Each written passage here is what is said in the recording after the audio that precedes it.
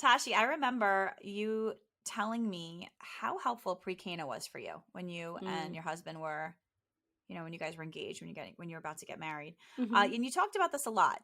And it made me kind of reflect on my own experience with it. And it also made me start to think, which by the way, I'll say was a good one as well. Think like, how seriously do couples take a period of reflection before they're about to get married? That's number one. Hmm.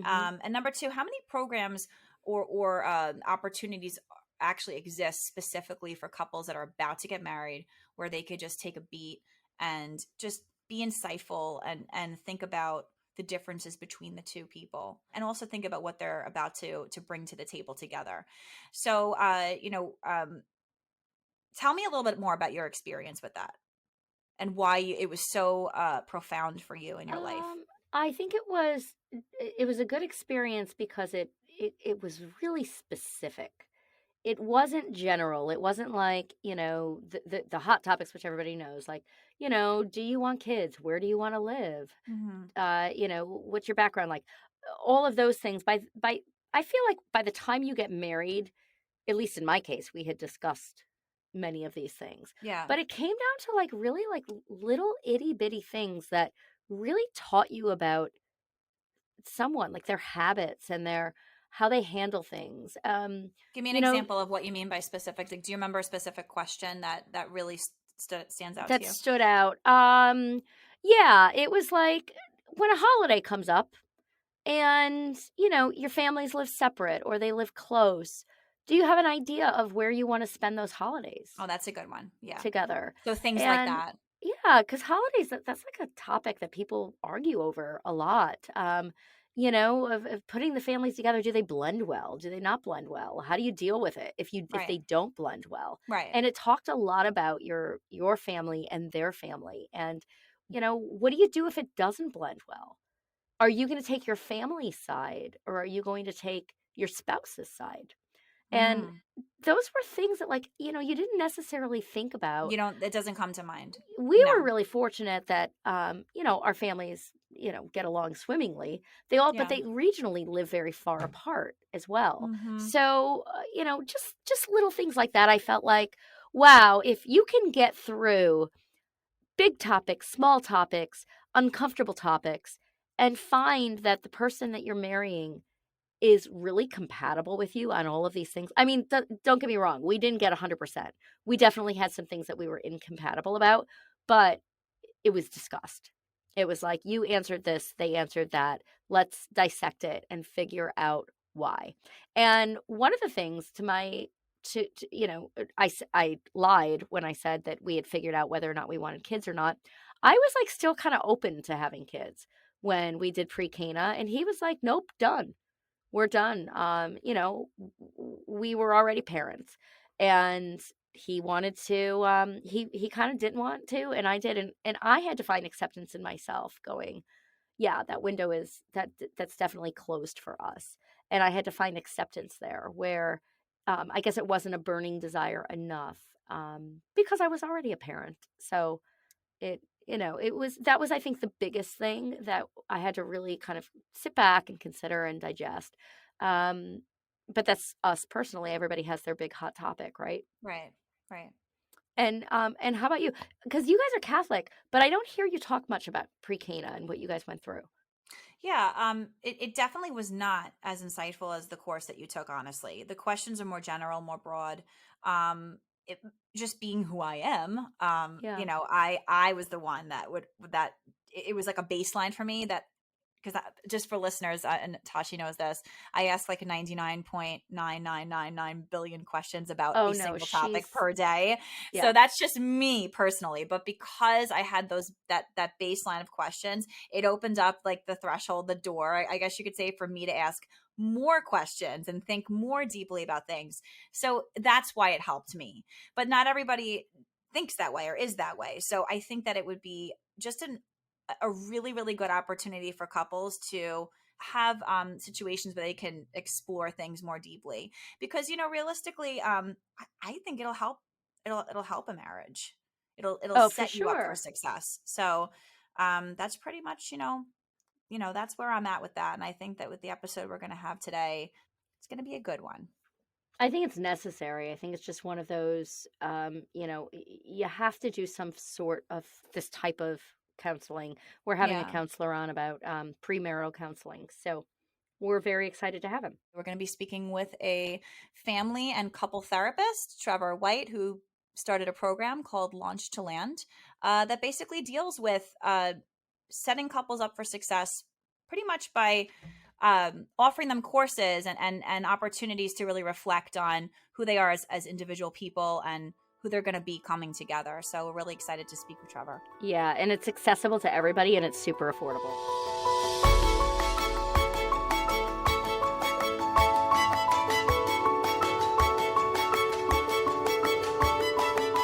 Today we have Trevor White with Launch to Land. Excuse my voice. I am coming back from a week of laryngitis, and no, the tail end of laryngitis is the best time. I feel like it's just enough of the raspiness. I like it. Oh, is that right? Okay. Well, Yes. now we have this documented forever. Exactly. Forever. Exactly. So Trevor had reached out to us a while back, and Jean and I were immediately like, yes, unanimously about having him on to discuss because, we work with marriages and weddings and so much that goes into, planning the day. And here we are planning one single day in history, but then you're left together as a couple. And there's so much that you have to know and how to like cohabitate with somebody and, carry on in your lives in a successful way.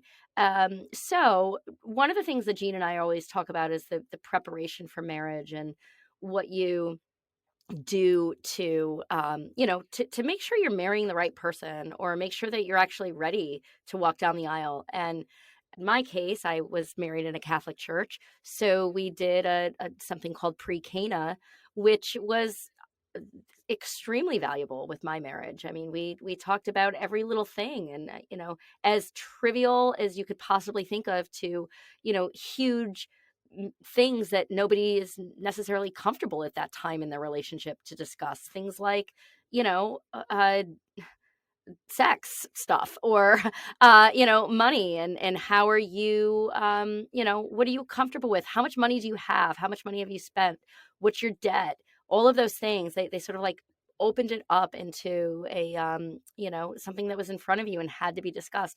So we always tribute this time in this course that we took to setting us up for success. And so Trevor, when you reached out to us, we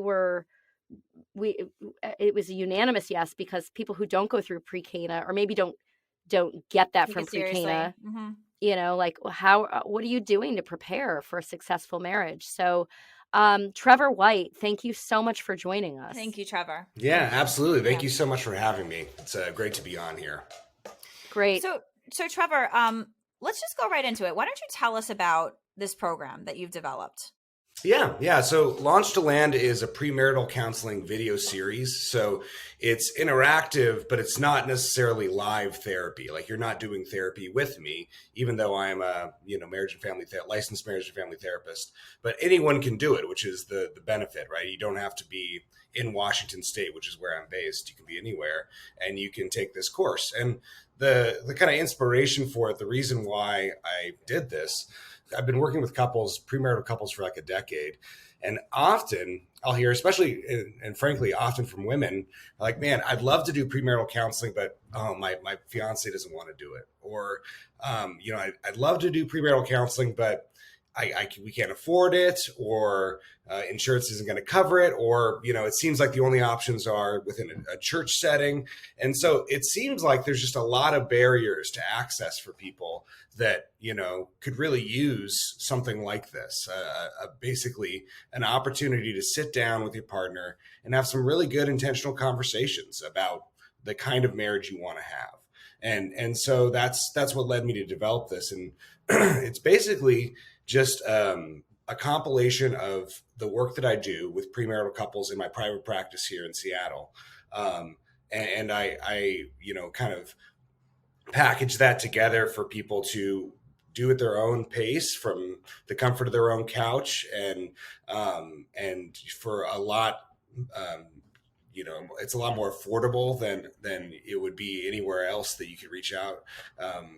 If you reach out to a local therapist to try to do this, and it's also non-religious, so it's not, you don't have to be like, okay, I'm like, Natasha, you're saying you had a great experience, getting married in the Catholic Church and doing the pre-Cana, and that is awesome. I think for a lot of people that are not religious, they feel like, is there even an option, right? And so that's part of the inspiration behind this. Oh, and the fee for this was way more than what I saw on your website as well. Mm-hmm. So, Right. it's not like it saved us any money to do it. Right. It Right. was Yeah. helpful. Totally. Launch to Land is $250 for the whole 7-session course, which compared to if you're paying out of pocket to go see a therapist is, really affordable. Mm-hmm. So that's the hope, is to kind of, make and that I think available that's for people.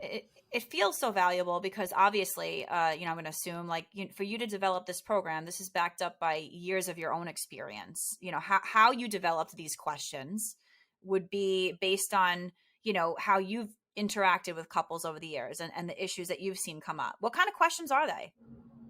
Well, we like to cover pretty much everything, Mm-hmm. And it's kind of like, the idea is that it builds upon itself, right? So you have the first session where it's kind of an introduction. We talk about the basic ideas of the course, what we're going to cover, and Mm-hmm. get the couple comfortable just talking to each other, because it still does feel like therapy.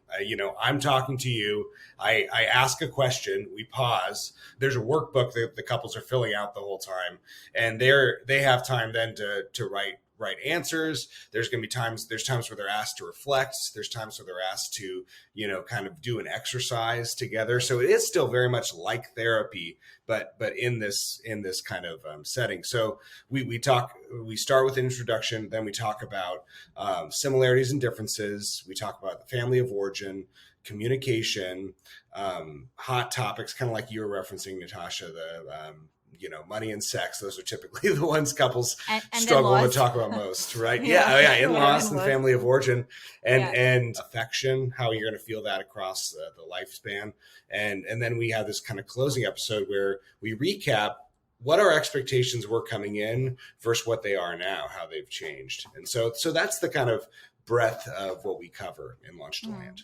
So do you have access to what they are writing in these sessions? Like when they're documenting their thoughts and their feedback, is that private for the couple, or are Yeah, you brought in to review this?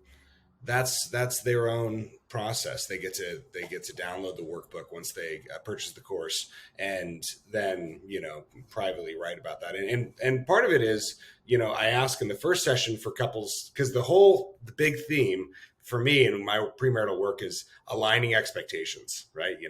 Figuring out a way, making sure that we both want to be in the same kind of marriage, and so they are doing a lot of work on their own in the workbook while they're in the course, and that's private. So I don't come in and join that work.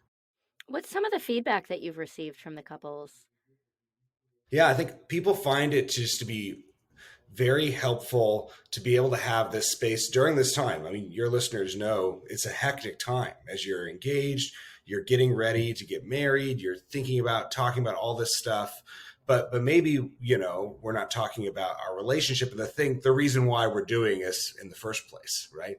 And so for a lot of people, they just love that it gives them this time and space to sit down together and talk about their relationship. And it's positive. Like, this is not, I think for some people, they have an association with therapy that it's like going to be this really negative sort of thing, or that it's going to be, kind of bring them down or make them feel bad about their relationship. But this is a very positive course. It's focused on strengths, right? And building upon our strengths. And so, people feel like it's really helpful to just sit down, talk about the things they're really good at, reinforce some of the areas they feel like they could get better at, and they feel more prepared to get married.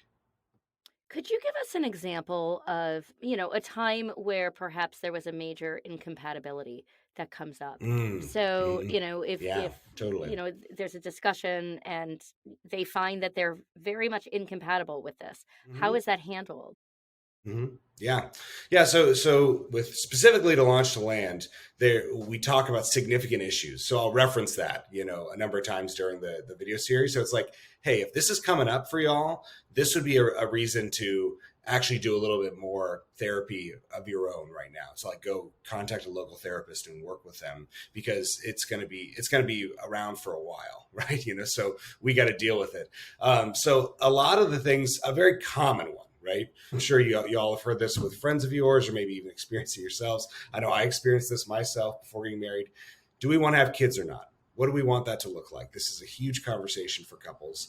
And that, if one person feels very strongly that they do, and the other person feels very strongly they do not, that's obviously going to make it really hard to be in a satisfactory relationship, right? So when you run into that kind of thing, you got to figure out, okay, what are we gonna do with this? Like, what does it mean for us and our relationship, the love that we feel towards one another, that we have this difference, right? And that's usually a little bit more stark of one.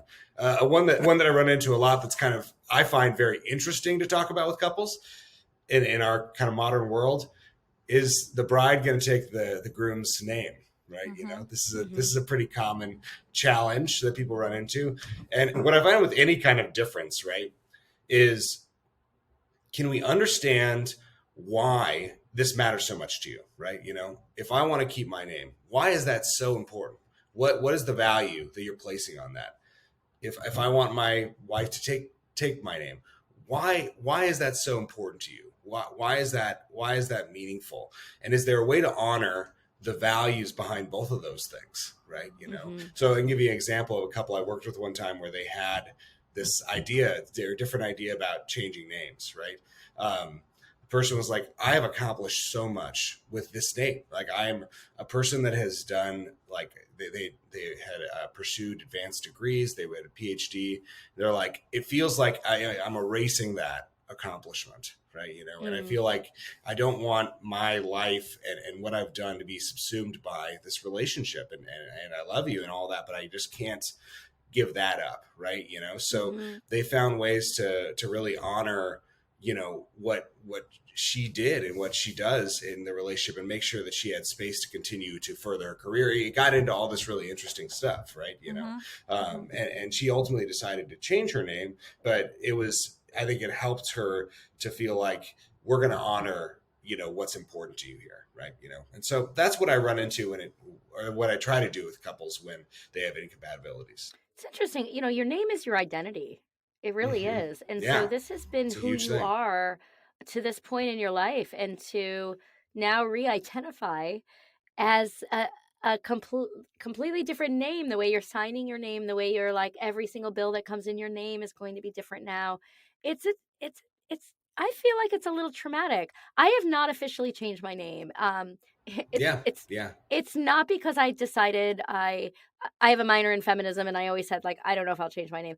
I have no issue with changing my name. I'm just very lazy with paperwork. So, Well, that's I a have real not. thing, right? If it was Yeah, just a one form thing, it might have more often, but it is that's a right. common thing these days, like hyphenations, people Yeah. having different last names, people combining names. That's a pretty interesting thing that happens a lot, where folks will like make a new last name for Mhm. themselves, I've out seen of that their, happen.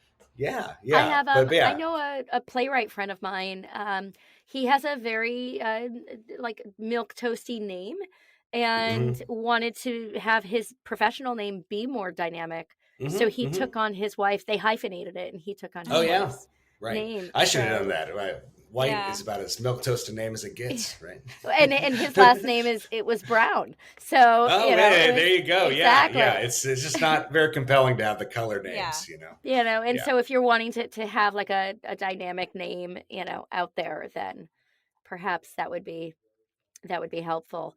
Yeah, that's really interesting. I'm always curious to hear, what are those those common things that are like, here's Constantly the brought name up. thing, or Yeah. Hmm. here's that The part where Hmm. name. we're talking about kids. Hmm. This is Yep. Yeah. Another one that comes up often, because I'm based in Seattle, right? So a hmm lot of the couples that I work with are in their mid 30s or early 30s, have established their own careers, are both doing very well, right?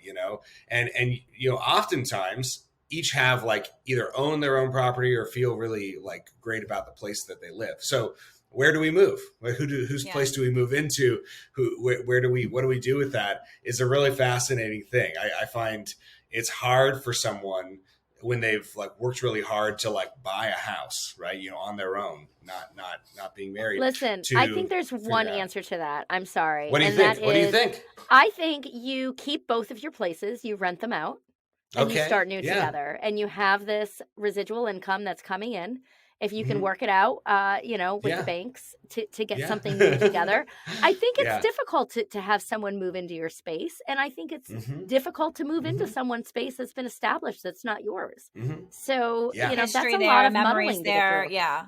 Marriage Hmm. is truly it's a weird dichotomy though, right? Because it's like you're completely, on one hand, you're completely disassembling who you are in a way, right? Because you're joining and making one life, becoming one essentially with another person. But at the same time, you're bringing your entire life and years of history and who you are, your bags, into his life or her life, and vice versa, right? Into your partner's life. So it's like really kind of like sifting through all that and finding a way to, quote, make yourselves one. I mean, are we ever really one? Not This really, reminds me right? of my least favorite wedding tradition. Which, no offense if anyone Is participated it in this, but registering? no, not registering. But Okay. Yeah. have you ever been to a wedding? I'm sure you have, where they light a unity candle. Maybe this has happened in Yes. your wedding. No Yes. offense again. No, no, none But taken. I the feel thing like here. there was something with the moms like making their candles into one or something like that. There was some Well, ritual. I don't right. remember. So usually, and like I think in evangelical church it happens more often. But there's the individual candles which represent the individual people, and then they take the light from that candle And and they they light the light the single, unity yeah. candle, which is Uh-huh. very. I think that's a wonderful symbol. The thing that Mhm. always bothers me though is that they then blow out their own candle. Yeah. Oh and, God. and I think to your point, Gene, right? It's like I think that there needs to be three beings kind of in the marriage, right? There needs to be the Yeah. marriage that we're working on, that we're kind of building, and then we each need to be strong, vibrant individuals because that's why we were attracted to each other in the Yeah, first place. I think I agree. I feel like that's where it needs to be at. I feel like there needs to be a deeper level of understanding and between two people. Mm-hmm. Uh that just sometimes doesn't exist when people are coming together. I think sometimes the expectations could be a little bit unrealistic, and some people are capable of more than others, and that's like okay to me. I feel like that's okay. There are some people that like are just this might sound like a little crazy or I don't know, but I know couples that don't share money. Like they Mm-hmm. actually Oh yeah. separate their accounts and then they have one account together. And that's how they work it, and that's how what works for them. And Mm-hmm. then there are other couples that might hear that and be like, "Oh, you're supposed to share Mm-hmm. everything." Like maybe not Totally. though. Like maybe not. So I Mm-hmm. I think that kind of coming at things with an open mind is really important when you're getting married. It Not, it not totally it totally is, and that's really what Launch to Land is trying to get couples to do is recognize like there's not one way to be successful in marriage. The right. the what we're trying to do is be successful in your marriage, right? The Mm-hmm. marriage that you're about to create. You got to figure out what the best way is to do that, right? Mm-hmm. And aligning expectations, like you're saying, Gene, is so key to that. It's like Mm-hmm. for some Yeah. people, right, that what you just brought up would be horrifying, and for others, Yeah. that's like that totally makes sense, Totally and normal for them. that's great, right? And all that matters is that we have similar expectations. Right. Like my mom, for example, and we're going back to the it was like 1980. I don't even, that Mm-hmm. was so like progressive of her. Never changed her name. Mm-hmm. But she is an only child. Mm-hmm. So, for her, my dad understood that her father had just died. So it was very Mm-hmm. important for her to kind of just have something of her, some name that she could just kind of Yeah, keep on, because totally. her dad Yeah, wasn't there anymore. So kind of, right. so there, I think that there's always like exceptions to everyone's situation, and sometimes things in life you might have an expectation, but then something might change in that other person's life that you now have to take a back seat and be more understanding of. Right. Yeah, Absolutely. yeah, And that's the key skill, right? Is like just understanding like what is it that I'm expecting? What am I looking for? What's my partner looking for? which is a And how do skill. we adjust? Yes, Right? exactly. It is. You Which is a build it skill. over time. Right? Yeah. And sometimes I think it's just the awareness. Like you kind of continue on your own track, and your partner continues on their own track. Yeah. And if something kind of, throws you off or throws them off, you feel like violated. But if you're aware of this, if like through your course, if things are brought up saying like, no, this is actually an issue that a lot of marriages go through, then you go, okay, you can see things, you're more aware, and you govern yourself different. So Absolutely. And that's the thing we do in the first session, the kind of homework, right? Is that you look within yourself and say, what are like my top 5 expectations for a marriage, right? Like what, and why do I feel that way? And I can just give an example of my own, right, self. For me, Mm-hmm. I wanted to be with a partner that was very emotionally stable, right? That was very important to me, that my partner was, capable of kind of dealing with their own emotional challenges, even though at times they're stressed or but dealing that with stuff eliminates to 80% handle of it. the population. Hey, well, Really narrows it down I'm for you, picky. Trevor. I was Yeah, picky. I was exactly. picky. But the reason why I felt this way is because I came from a very volatile kind of Yeah. upbringing, and I'm an adult child of divorce, had a lot of challenges, and I wanted to know that the person that I was marrying was going to be the same person, relatively speaking, day in and Yeah. day out, and that was really that's something I know about myself. Right. Right. And that really helped me and continues to help me, right. In the relationship, right. To Mm-hmm. know those things, like you're saying, Natasha, is just know thyself, understand what you're looking for and why you're looking for it. And that's a huge part of what I helps love marriages it. be successful. It's creating boundaries for yourself as well. I hate the word Mm-hmm. boundaries. I think it's like so overused. But you use it. I use it. I know I You use just it. I used just it. You said. just used it. That's so I know I funny. said it, and then I caught myself going like, I know. Probably because it's a everybody, word. you hear it so much now. It's in your It's Why so why do you right. hate It's that just word? everywhere. It's Because I everywhere. feel like it's used for everything. It's very little getting along and working through things anymore. Mm-hmm. I feel like Yeah, that's crossing my boundary. I don't do Mm-hmm. that. So, that's true. and it's Mm-hmm. of course, with big things, you have to have boundaries. This is creating beautiful boundaries for yourself, knowing yourself, putting 5 things together that you're saying, I'm not compromising on these 5 things. These are like what I want in my spouse Yeah. forever. But then everything else doesn't need to be a boundary. Right. It doesn't need to be that, like, I think the big thing for couples or individuals sometimes I work with that are like trying to get married or like dating, it's like, oh my gosh, I have this laundry list that's this long, and I'm trying to put together this like Franken, boyfriend or girlfriend, right? Mm-hmm. Of all these Yeah. That's different right. pieces. And it's like, we may not find that, right? And that's okay, right? Most people, there are things that you have to accept in a marriage, but there are also these like very key core things to yourself that you don't have to accept, that you really need to say, like, this is what I need, right? And if your Mm-hmm. partner knows that, and if you know what theirs are, that can be a foundation for a successful marriage. And you know what I sometimes have wondered too, and this is just me thinking out loud, if we're allowed. I wonder how much age plays into the success of a marriage in a way. And the A reason why I lot. say this is because when I was 25, I am not the person, I mean, I'm 36 now. I am not the person I became now at 35, 36. The things Yeah. are completely different. But, we get married sometimes in our later 20s, early 20s. Some people get married really early. So how do you kind of like, I guess in your experience with working with couples, do you foresee that as an issue sometimes? That you can't actually ever say to a person, absolutely, you cannot get married to. That's impossible. To love, Right. you love someone when you love someone, but Yeah. when you change, how do you change and grow together? That Yeah. I feel like that's one of the Totally. biggest challenges in life, like with people. Is it are you at fault for becoming two different completely, how do I say this? Two completely rather different people at a certain Well, you're definitely point. not at fault, because that's just like life development, right? right? Being a person. Right. And I think that when I work with couples, I work differently with couples certainly that are, getting married in their early 20s than couples getting married in their early 30s, right? Because if you're Right. getting married in your early 20s, you got this defining decade you're about to experience together. Yeah. And you're both going to change. Your brain's still developing. There's a lot that's happening still. And that's a really, it's normal for those kind of couples to struggle in those first couple of years. That's just like, I always tell them that, like, this is going to be hard. It's okay. It's not like that's going to be unusual. Whereas like couples that get married in their 30s, right, or like in their early 30s, they already know themselves. They're a little bit more established. They have a little bit more kind of like resources internally and externally to use. Yeah. And so there's like, so for example, a couple people that get married for the first time after the age of 30, it's like a 13% chance of divorce. That Right? was going to be my question to you. I was curious. I was just curious about that. I find Yeah. that it's not to say that, but then again, you can flip this, and the couples that get married younger and make it through, I'm sure there's a Totally. very large bond Very, that develops. very deep bond. Very Absolutely. deep bond, And that's so super valuable. Yeah. Right. You've been through things together at this point. So if I understood that correctly, you're saying that if you get married too early, you have a higher chance of divorce, is what you're saying.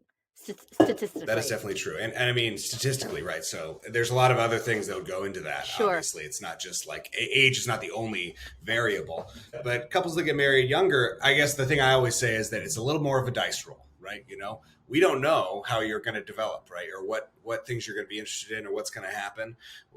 And that's okay. That's not like, a death sentence. That's right. It just means that you have to be really attuned to each other, and also really making space for both of you to develop, to do your thing, right? To like experience things in life. Because if the marriage becomes this restrictive thing where it feels like it's keeping you back from developing, that's a problem, right? That's an issue that comes up a lot for those couples that get married younger. But if the marriage can be a foundation for, exploring those things in a safe space for you to do that from, that's awesome, right? And that can be a real benefit. Why do you think, Trevor, that people today are getting divorced more than people of earlier generations? Like like the 50s and the 60s, like the baby booming generation. I mean, those people had grit. I feel like, I don't know. Or maybe things weren't discussed and there was more abuse going on that, like, just stick it through. I don't know. That's what I'm asking. Like, what do you think plays into that today? Or do people today just not have enough grit to kind of move through the changes? I wonder about that sometimes. You hear about this. Totally. Yeah. So one thing I would say, just like broadly about divorce statistic, is that they're not always super reliable. And I think that there's this interesting thing where it seems like we talk about relationships and we usually describe them as either successes or failures, right? And it seems like the criteria is it's a success if it's still happening, right? And it's a failure if it's no longer happening. And I can tell you, right, I've seen many marriages that are, I wouldn't call a success, but they still are happening. That's right? a really good I've point. also, yeah. Seen relationships that didn't end up being a long-lasting relationship or didn't end up in marriage be helpful for both people. So like some just people are together married. That shouldn't be. Right. Right. Well, there's this interesting thing in Chile, which is a country that is only recently allowed divorce to happen, right? It's like 2% divorce rate, right? So like, oh wow, that's incredible. They must be so happy in their marriages, right? Right. But because it's primarily Catholic country, divorce is super stigmatized. No tradition of divorce in the country. People just don't live together once they there's a lot of married couples that just don't live together, right? So just the high level thing about divorce statistics, not always predictive of success. But nowadays, certainly I think we are way more aware of options, right? Other things that we could be doing. Whereas maybe in the 50s, it was like, this is a way of life that is, very accessible for a lot of people, right? Getting married, having 2 kids, the whole kind of deal. And it was easier, right, to do it back then than it is now, right? The kind of financial pressures were less so, right, than they are now for young couples. There were less but there was also a lot more single family incomes, where today it's very rare that you have a single family income. Exactly. Right? So I think that if both parties are financially, I can't necessarily say financially independent, but financially capable of totally. getting on their own, then maybe that's also why I don't need to stay in this. Why would I stay in this? I can move along. And totally. And 80% of divorces happen in the first 10 years, right? So that is like this. That's why premarital counseling is so important, because you really want to have a strong foundation, because you'll find out quickly if you're going to be able to, this is going to be a long lasting thing or not, right? And nowadays, I think when it's a more tumultuous time, right? For young couples. But grit, I think to your point, Gene, grit is certainly a part of it, right? You have to marriage is hard. There's definitely, it gets romanticized, but it's a huge risk, right? Yeah. Like you look at the amount of divorces that happen. It's like, well, that is no one goes into getting married saying I'm going to get divorced, right? Right. But a lot of people are. So it is a risk, and you do run into challenges, and you have to address them, and you got to push through. So that is an important part of it. Yeah. Which I love about this, what you're doing, Trevor, because I don't think there's enough awareness of exactly what people are about to get themselves into, and what marriage is really all about. It's, and it's what's kind of ironic is, even the way a wedding is planned could be indicative of a lot of future endeavors, and who it kind of brings to light who people could be, making decisions about finances, and how they make decisions, and how they compromise, and how much effort they're putting into a single day. My grandma used to say, what you put into something is what you get out of it, right? Totally. And I think that you kind of doing this is very important today, because like you said, in a way, after the party, it's the real life comes to play. Totally. Yeah. And that's the reason we're doing this, right? Is to build that foundation, a lasting relationship, and that's what we're trying to celebrate. But like you're saying, oftentimes those issues, the wedding planning, really shines a light, which is good. I think that's good. Like it's great to know where you have those challenges, what you got to work on.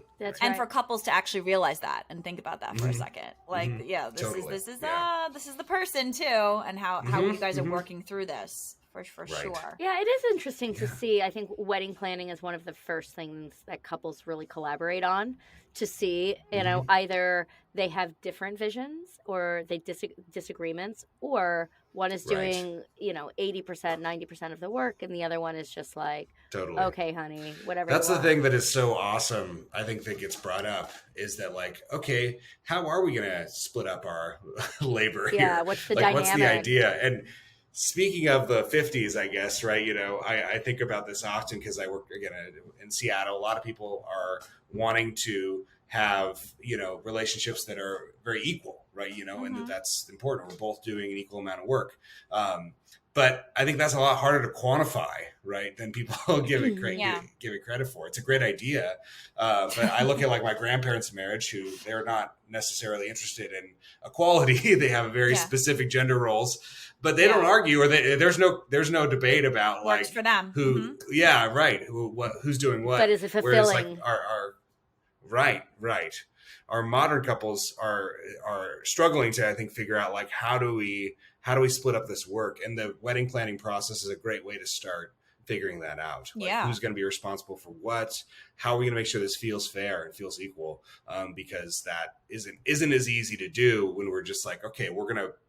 I mean, it's easy to be like, let's make this an equal relationship, but it's not easy to make that happen. That's right. Yeah, what I see a lot with my own group of friends is this, like, I guess you could call it, it's like a contradictory thing in a way, or a hypocritical, where everybody wants the tasks to be equal, but then there's still these underlying gender roles that present themselves, because I guess the way certain people grow up, the expectations that are on a man or a woman, or whatever the case is, or a single person versus another person, still kind of exist. But at the same time, everybody wants to say, to kind of split it up. It's never equal. Is it really ever equal? I don't know. I don't feel like that. Well, I think the idea that I always like to pitch out there is that, like, the hope, what we're going for here, is the feeling of equality and fairness, right? Because that's a good way to put it. If you are going to, like, try to measure everything, right, you'll probably never be equal. And also, it's not going to be good for your relationship, right? To try to measure all that stuff. I love that. That actually makes a lot of sense. The feel, like, what can we do, right? What doesn't matter necessarily, right? Who's doing more, who's doing less? It's how do we feel about what it is that we're doing at this point? Right. That's exactly right. Totally. And I think that morphs too. I mean, sometimes one takes on more, and then the other takes on more. We're just going through, my husband was super sick, and I did 100% of everything around here. And then I subsequently caught what he had, and then he did he basically did all of I do, like, most of the morning stuff in our household. And he was doing everything last week in the morning. And I was like, thank you so much. Thank you. He goes, honey, I'm doing what you do. He goes, Mm-hmm. I'm just doing your Mm-hmm. tasks that you do every day. Yeah. He's like, what Right. difference does it make? You're sick. So Yeah. it's like, I think that Right. there's that understanding, as long as it feels equal Right. and you acknowledge what your Right. partner does for you. Like, it meant so much that he Totally. acknowledged, like, you do this Yeah. every day. And, you know, Yeah. Right. Right. so Yeah, that is an awesome thing. And like you're saying, it can really start with wedding planning, and it's a great Mhm. opportunity, right, to be able to say, like, how we want to do this, how do we want to Yeah. split this up, how can we make this feel fair? that's right. And then it goes into finances and who's paying for what. And that gets Oh tricky. yeah, That gets tricky too. that's a We hear about that. Like, you right, know, we're kind of holding off and see if like his parents are going to cough up anything, and, you know, we'll get right. back to you. Yeah. Those sort of little Yep. conversations, you know, that are like Yep. super awkward. Oh yeah. Have you ever had in Yes. your practice or with your launch to land, you know, business, have you ever found a complete incompatible couple and acknowledged it, or have them acknowledge it on their own through the process? Yeah, I mean, it's kind of like Gene was saying earlier. Like, a therapist is never going to say you shouldn't get married. A therapist shouldn't say that. Oh, you think no? That's my. That's I don't think you should say you should, like, you should decide from your position of power. Like, no, you shouldn't do Okay. it because you know, like, that's I'm like, ultimately a save them the person's heartaches, choice, right? save them all the, Yeah. you know? The money. Save them the Exactly. money, really. Save 'em the money. Right. Yeah. So that's my governing principle, right? But what I have found often is that when there are incompatibilities that are so significant, the work that I think of is like, how do we make that become self-evident, right? You know, and it's not usually that hard, right? You know, when couples start talking about this stuff and you just start being like, well, what's that going to look like, right? You know, when we really run into that, they kind of discover that for themselves, right? You know, You and got to be honest. then they got to figure, yeah, right, and that's a hard thing to do, right? You know, I think there are couples that because I do run into people that, you know, are not, I work with couples that get divorced too, right? In my practice, and there's sometimes where people really believe something was going to change, right? Like, so what I run into often, like I was saying earlier, my partner said they didn't want to have kids, but once I really believe once their friends started having kids, and once, you know, everyone in our community started having kids, that would change. And you know, like, you should believe your partner when they say something that they feel very strongly about. That's an excellent point. Wow. Like, you can't see things through rose-colored glasses. You have to see things as they are Yeah. and communicate Right. that. Right. That's Yeah. interesting. Yeah, and you accept who your partner is, like, and figure out if you can be in the relationship with that person, not the person you hope they become. Listen, there's so much value here for $250. I almost feel like this is something couples could register for. You know, like, put it on your registry. Well, you can give it. There's an option on the website to give it as a gift. Oh, because I have run that's so smart. a lot of times. Yeah, a lot of times, like, you know. Sorry. No, I was. My question: is this only a program for couples? I mean, obviously, this makes the most sense for couples about to get married. Is it designed for couples in general as a reflection type of a piece as well? I think it could be useful for people in a variety of different spectrums, but primarily like early-ish in their relationship, right? You know, so like there's one funny call I got one time. Someone called and said, "Hey, do you do post-marital counseling?" And I was like, "That's just counseling, I guess, right?" You know, but it would be good. It'd be useful for a couple that just got married or that, you know, is thinking about getting engaged. I think that would be a really great time. Sure. Right. And is it gender specific? Is it? No, I think any couple. Person, it's really universal. Yeah. It would you know, benefit any couple. Right. That's wonderful. Now, you know, when the course is completed, I guess I was going to ask if there are check-in points that they can go to throughout their journey, but I think maybe just reviewing the course would probably be those check-in points, right? They have that workbook, right? That is going to be where they're going to reflect on all this stuff and be writing in. There's definitely a lot in there where they're invited to look back, right? You know, and say, like, okay, well, how have your expectations changed? Maybe what did you expect early on in the relationship versus now, right? You know, and I think that would be a really wonderful thing to revisit, you know, my God, you should do a 10-year check-in. Do a 10-year check-in course, right? Because absolutely, right? Those questions would be very intuitive too, I feel, as time goes on, Absolutely. right? With couples. Yeah. I think it's brilliant. And Jean and I are literally saying this all the time. Like, if only the work was done, outside of the wedding day and more into, putting the work into, becoming a couple, then Yeah. I think that they would save a lot of money and have It have a would. much better Yeah. journey together, A lot of time. Yeah. Yeah. I Listen, think if you do premarital counseling, you're 80% less likely to get divorced, right? It's a huge, wow. Wow, that's huge. That's a correlative great factor, stat, right? yeah. It's really important, right? Because it Yeah. does, especially when it gets so specific. Like, there's those Yeah, hot topic right. things, but then there's like really little nudgy things that just tell Yeah, somebody, like, totally. are you a helpful person or are you a selfish person? Like, what kind of person are we Mhm. getting into when we go down to these Yeah. like little tasks, Right. And if you Right. can, if you Totally. get to the nitty gritty and you figure this out, Mhm. then maybe you do. You're just like, hey, I'm glad we did Mhm. this. Let's part ways. Or maybe we wait. We Sure. see if we can work some of this stuff Yeah. out and, go on. I'm sure you all ran into this. That was the gift of COVID, I think, so, in some ways. Absolutely. Couples that, like, had to pause their wedding and really reflect on, whoa, Yeah. like, is this the right That's thing? That was right. really, I think couples that I saw, it'd be really interesting to track couples that got married in 2021, how many divorces come out of that, because I think it'll probably be a lot lower. A lot, right. And do you Wow. find yourself giving like one specific piece of advice that tends to be like your common denominator, no matter where the couple's at, where they're coming from, what their issues are? Is there something that you find that you consistently tell a couple, or not necessarily? Yeah. There's one bit that I think is helpful. This is in the similarities and differences session in Launch to Land. Right? Try to invite people to look at, like, all right, the person that you are marrying here, their personality, their background, their kind of upbringing, those things aren't changing, right? Like that is a huge part of who this person is.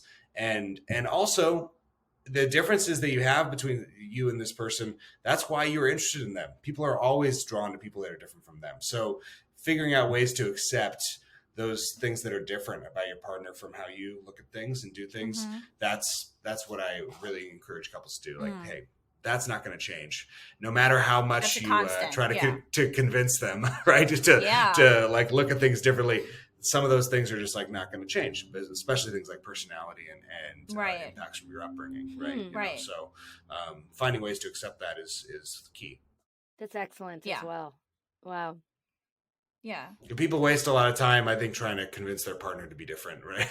I think that's very true. Or they think that they can change them, or that time will change them. And right.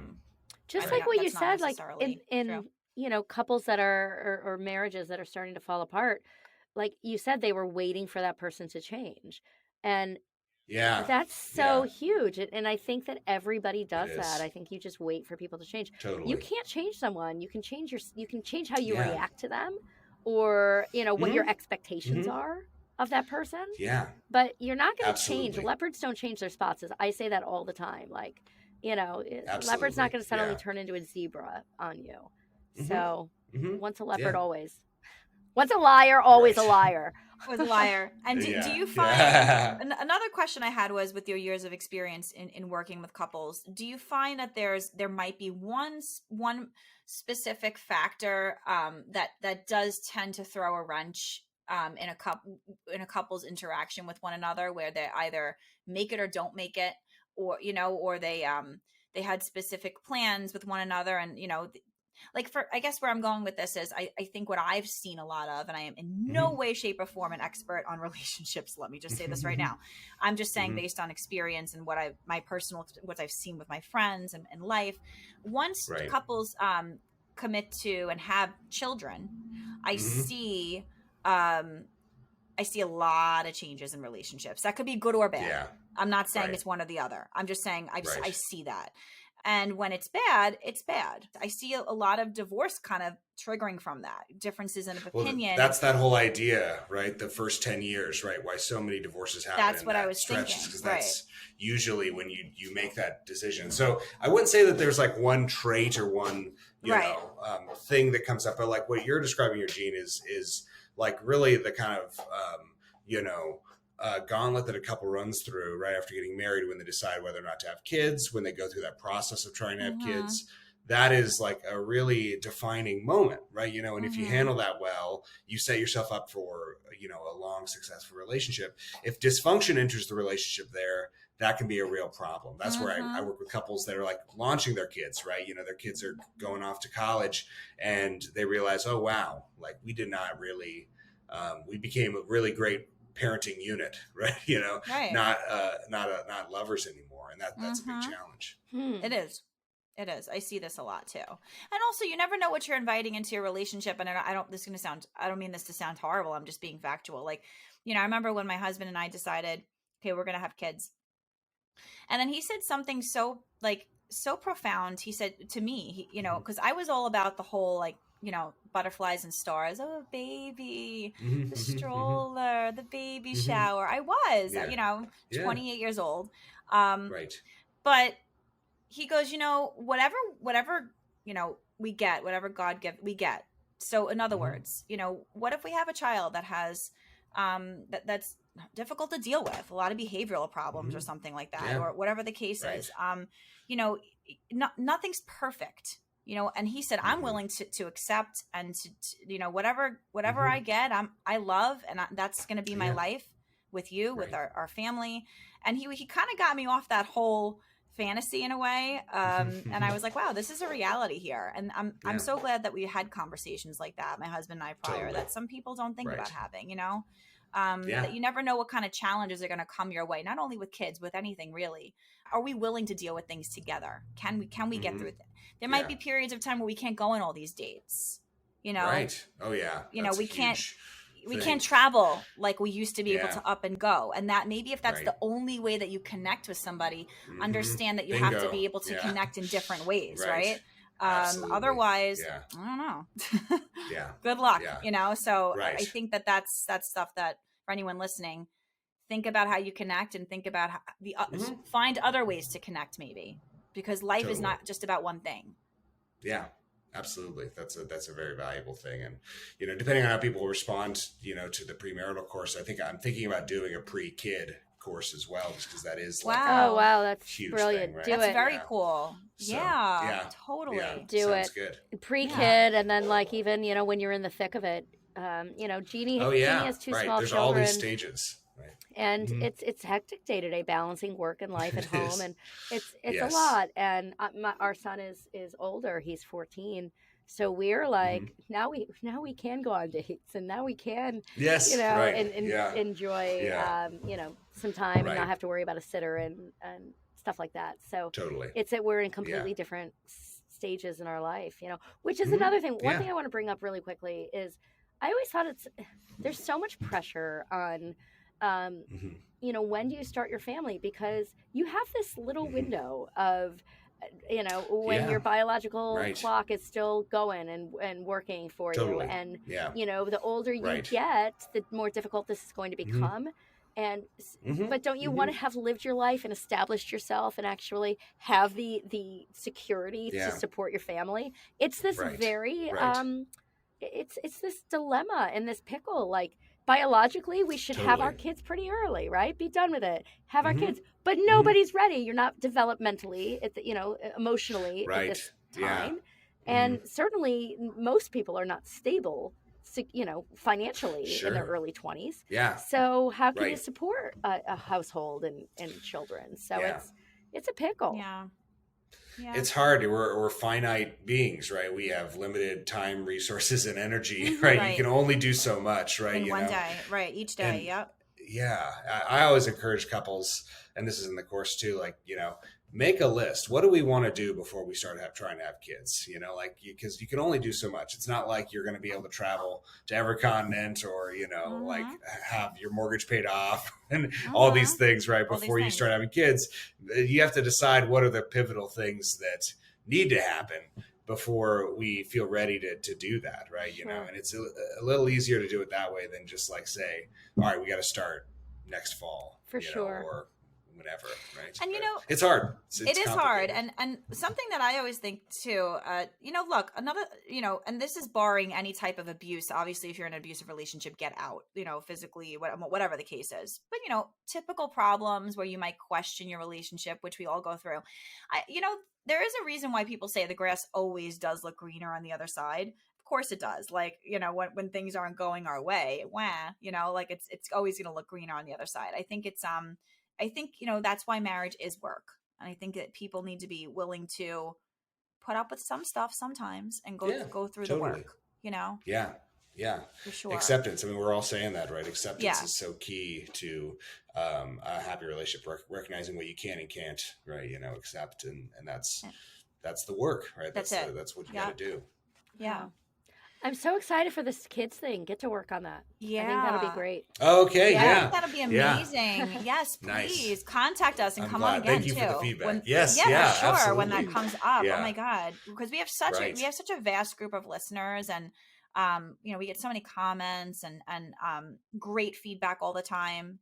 And I think that all of this is I love the work that we're all doing here together, because I really do think that it's just very real and raw, and it's really just about setting people up for just sharing our own knowledge of life and setting people up for a successful situation with somebody else, which I think is a beautiful thing. Mm-hmm. Absolutely. Yeah. Speaking of your listeners, I do have a discount code for anyone that is listening. Okay. So 25% off for the course if you use the discount code, which is SYENW.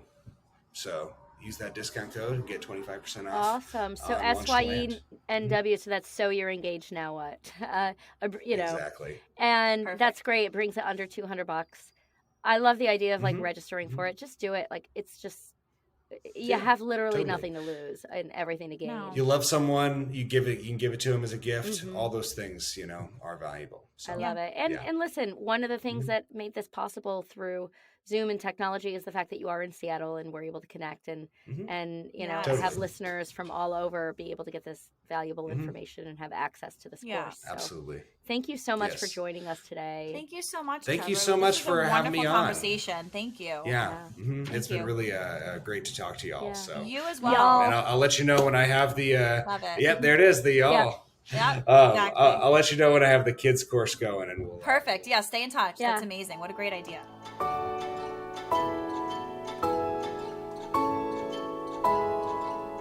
Thank you for listening to this episode of So You're Engaged, Now What?